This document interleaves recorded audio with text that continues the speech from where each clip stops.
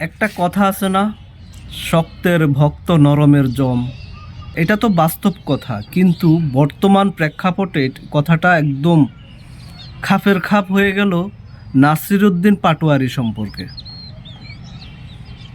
আমরা যতটাই মেন করব না, আমাদের ঘাড়ে এসে চাপবো, বুঝছেন? অথচ ওই দিক দিয়ে নাসিরুদ্দিন পাটোয়ারির বিষয়টা দেখেন, ও কিন্তু কাউকে ইয়ে করে কথা বলতেছে না, ওর ভিতরে ম্যানানি নাই। এনসিপি যখন বিএনপির সাথে জোট করার জন্য কথাবার্তা চলতেছিল, তখন কিন্তু তার এই নাসিরুদ্দিন পাটোয়ারি জামাতকে নিয়ে বিভিন্ন ধরনের কথা বলছে। বলুক, সমস্যা নাই, স্বাধীনতা, জামাতও এটাকে সর্বোচ্চ অগ্রাধিকার দেয়, আমি এটা মনে করি।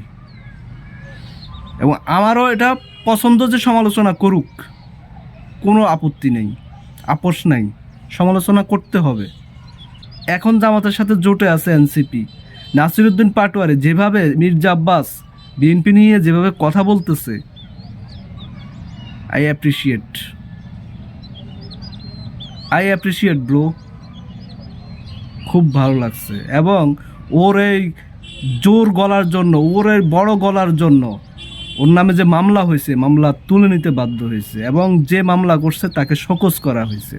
এটা বাধ্য, এটা মানে বাধ্য। আমি যদি ম্যান করতাম, এটা করতে বাধ্য হতো না। আমি ম্যান করি নাই বলে এটা করতে বাধ্য হয়েছে, এটাই বাস্তব। অতএব ম্যানানি বন্ধ করেন।